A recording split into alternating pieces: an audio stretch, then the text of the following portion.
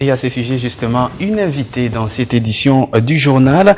Il s'agit de Marion Gisgrand Silla. Bonsoir. Bonsoir. Merci beaucoup d'être là et d'avoir répondu à notre invitation. Vous êtes ici dans le cadre justement de cette exposition. Vous avez un centre au Sénégal. Et pour commencer justement, pour ceux qui nous suivent, c'est quoi d'abord l'art, l'art numérique?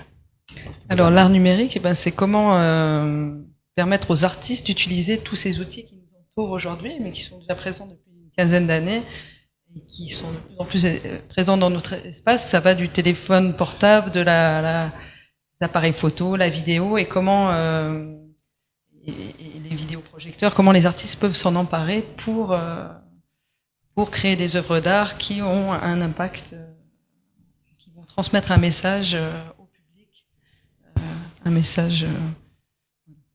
Justement, vous venez du Sénégal. L'art numérique, justement, entre le Sénégal et la République démocratique du Congo, vous avez quand même fait quelques temps ici ou quelques jours.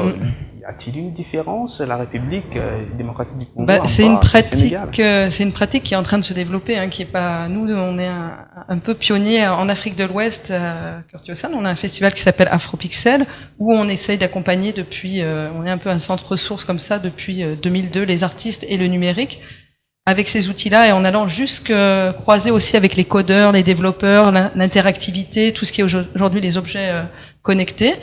Et Vaza et Kurtiosan ont fait partie d'un réseau qui s'appelle Arts Collaboratory, où on est 25 lieux à l'international, surtout sur le continent africain, Amérique latine et asiatique. Et on essaie de partager nos savoirs et nos pratiques. Et c'est dans ce cadre-là que Kurtiosan a partagé un peu des ressources avec aussi Vaza autour d'un atelier sur la réalité augmentée et la photographie. Et justement, c'est quoi l'objectif en organisant ces ateliers? C'est d'accompagner, comme disait Patrick, les jeunes artistes à être créatifs et à transmettre leur message et à innover dans la création et aussi interroger la place du numérique dans nos environnements, qu'on soit pas seulement des consommateurs de ces outils-là, mais aussi des producteurs de contenu aussi, que les artistes produisent des contenus, parce qu'on se rend compte que sur les biennales ou les grandes rencontres d'art internationales, il manque encore d'artistes africains, voilà.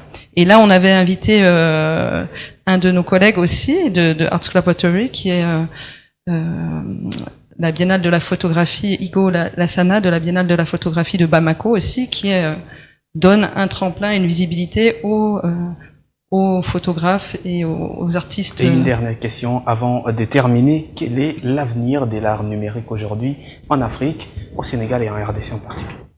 L'avenir, je pense que c'est maintenant l'art numérique, il existe depuis les années 80, je dirais, en Europe. Maintenant, c'est intéressant ici dans nos contextes d'interroger tout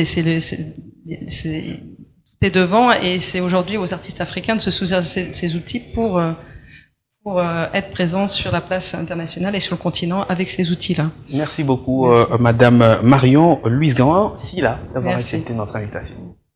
Ce journal se poursuit. Ce 31 mai marque la célébration de la journée mondiale sans